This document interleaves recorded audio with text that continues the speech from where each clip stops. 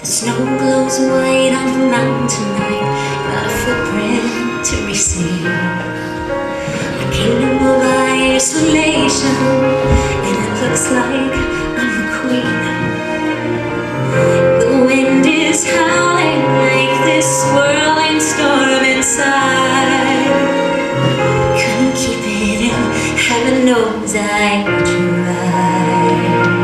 Once upon a time, there was a little girl who tried so hard to be good. Growing up, I didn't just know all the rules, I actually wanted to follow them. I was a good girl. I was also, how shall I say, an extremely emotionally expressive little girl, equally apt to burst out into tears, as well as to burst out in laughter. But over and over I heard things like, "You are such a crybaby. You take everything so personally."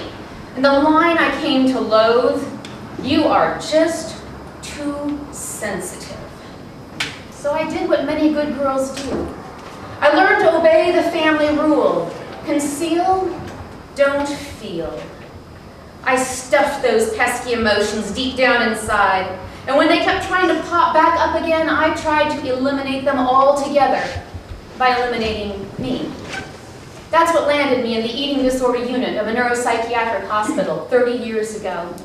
Turns out that anorexia nervosa isn't just extreme dieting, it's trying to commit suicide slowly. Our first family therapy session was supposed to be my big turning point. My counselor told me that all I needed to do was share my feelings with my mother, and she would change. I laughed straight in her face when she told me that. I thought she was joking. When I realized she was serious, I said, "Oh, you do not know my mother. She will never change." But my counselor assured me that she knew what she was doing, that she would be there to guide our session and to support me, and all I needed to do was tell my truth. So I told my truth. I repeated, "You do not know my mother." But you know how it is when just a little tiny bit of longing sparks into hope. I couldn't help myself. I started thinking, what if she's right? What if my mother actually can hear me, understand me, know me for who I actually am, rather than who I'm supposed to be? By the time my parents arrived, I thought my heart was going to pound out of my chest with equal parts terror and excitement. Don't let them in, don't let them see. Be the good girl you always have to be. Conceal, don't feel, don't let them know. Well, now they know. 3 hours later, as my parents were driving home, my counselor was singing a very different tune. "You know, Cheri, some people in this world will never change. Some people you have to accept just the way they are." And I wanted to get right up in her face and say, "I told you so." But my brain was too busy echoing with my mother's accusatory question, "Why are you doing this to us?" And my pathetic response, "I don't know. I don't know. I don't know." You won't be surprised to hear that I never did go through a typical teenage rebellious phase. Not after that. My one attempt to break the family rule totally backfired on me. The closest I came to rebellion, well, I cut my hair really short. I bought a bright yellow dress and I wore clip-on earrings, all in the same month. Yeah. Rebellion wasn't my thing. I followed rules. That's what good girls do. I showed up early to meetings, and I cringed as every latecomer walked in the door. I tossed my own trash, and then picked up the bags and wrappers and bottles that litter bugs left strewn all over the place. I drove just under the speed limit and tried not to feel too smug when that speed demon who had blown past me 5 minutes ago was now at the side of the road having a little chit-chat with a CHP. For most of my adult life, I have been convinced that my careful rule following has prevented all sorts of disasters and given me the best possible life. But a couple of years ago, I came to a disturbing realization. I follow rules stupid. I don't just mean that I follow stupid rules, although I certainly do that too. What I mean is that for me, rule following had become so automatic that I didn't even bother to think. Like the day my brother and I stopped off at Starbucks on the way to the movie theater, we were running late, so we grabbed our cups and we're hoofing it into the theater. And as I'm handing my ticket to the usher, my eyes land on a sign. And I do what any card-carrying member of the Good Girl Club would do. No outside food or beverages. John, we've got to drink these right now or throw them away. My brother gives me the look that says, right now, I'd like to throw you away. He says, well, now we do, because you opened your big mouth, sis. They were going to let us walk right on in. Duh. This had been no great moral quandary.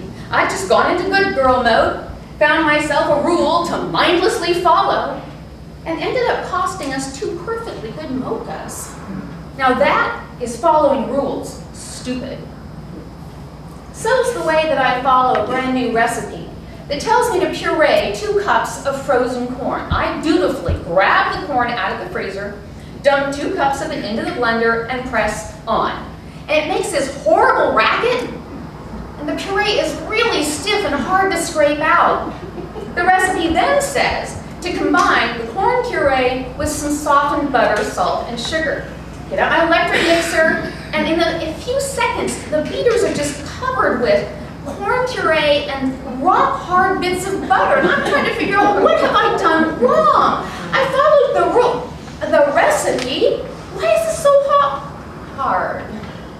As in softened butter meeting frozen corn? Duh. If I had thought for half a second, I would have taken the frozen corn out and let it thaw before trying to puree it. But I didn't think. I just followed. That's following rules. Stupid. So I started paying attention to the rules that I was following, and you know what I discovered? A lot of them were bad rules. Not just stupid, but downright bad rules. I've been following a lot of really bad rules for a really long time. Nothing's worse than making mistakes. Nothing's worse than failure. So I stopped following rules stupid, and I started breaking bad rules like nobody's business. Don't let anyone see you cry. Don't take things so personally. Don't be so sensitive. It's funny how self-distance makes everything seem small. Fear constant jumping can't get to me at all. It's time to see what I can do to test the limits and break through. No right, no wrong, no rules for me.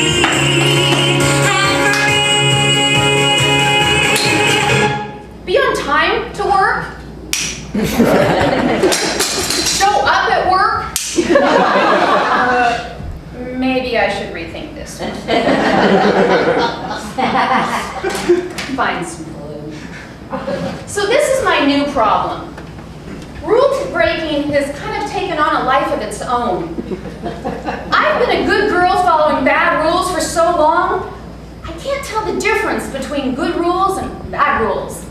So I'm finding myself breaking all rules, which feels just as stupid as following them all. Am I the kind of person who takes a hostess gift when I go someplace for dinner? How am I supposed to know? Back when I was cared about being a good girl, I was, but now, I really don't have a clue. Rules should have acted like scaffolding. They should have held me up, given me external support when I needed it.